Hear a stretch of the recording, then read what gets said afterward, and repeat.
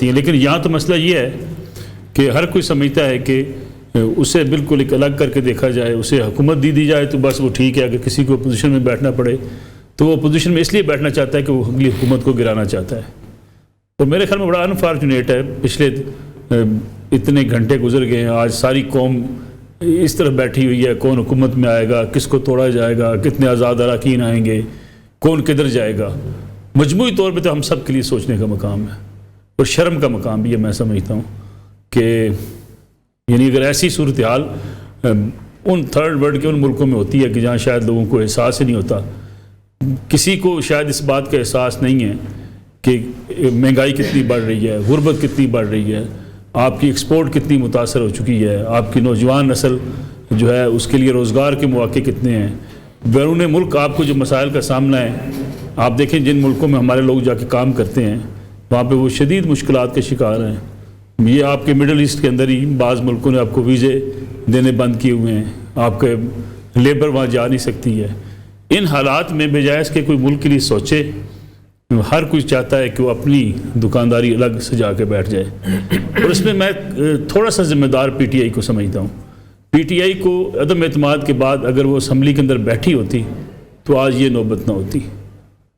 अगर वो असम्बली के अंदर बैठ के अपोजिशन का किरदार अदा करती, उसके गिले शिकवे ना होते, निगरान सेटअप जो आया उस पर PTI के गिले शिकवे ना होते, निगरान सेटअप के हवाले से उनकी राय होती। इलेक्शन कमीशन जिस पे आज इतराज़ात हैं, हम सब कह रहे हैं जी कि इलेक्शन पे जो है वो सवालात उठ रहे हैं, तो PTI सारे इस प्रोसेस का हिस्सा होती।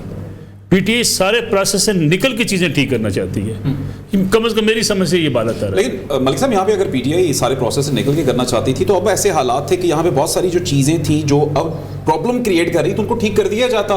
शायद एक्सेप्टेबिलिटी जो है रिजल्ट्स के हवाले से अब इतना बड़ा फिनोमिनन ये बन गया कि मामला फिर वहीं के वहीं पे किसी सही। आप तसव्वुर कीजिए ना कि एक आम आदमी क्या सोचेगा। चले अगर हम PTI के वोटर की बात कर लेते हैं, एक यंगस्टर वोटर कहेगा कि मैं वोट डाला अपनी पार्टी के लिए, उसके अंदर और एग्रेशन पैदा होगा कि मेरी पार्टी की हुकूमत नहीं बनी, मेरे दूसरे हमारे जो ग्रुप्स हैं, यानी उसको ये पॉलिटिकल शऊर देने की ज़रूरत है कि अगर अक्सरियत नहीं आ सकी PTI के पास तो अपोजिशन में बैठ जाए।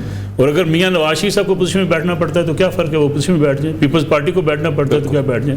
हमारे यहाँ ये जो रवश चल निकली है कि मेरी हुकूमत है तो पाकिस्तान ठीक है, अगर मेरी हुकूमत नहीं है तो पाकिस्तान ठीक नहीं है, ये बड़ी ख़तरनाक रवश है। इससे निकलने के लिए मैं समझता हूँ कि शायद वक्त आ गया है कि एक नेशनल डायलॉग ज़रूर होना चाहिए।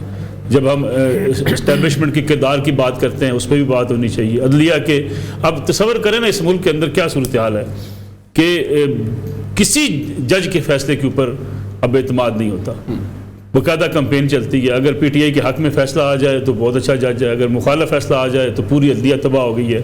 PMLN के हक़ में फ़ैसला आ जाए बड़ी अच्छी अदलिया है, PMLN के ख़िलाफ़ आ जाए तो अदलिया तबाह बर्बाद हो चुकी है। हमने इतना पोलिटिसाइज़ कर दिया इदारों को।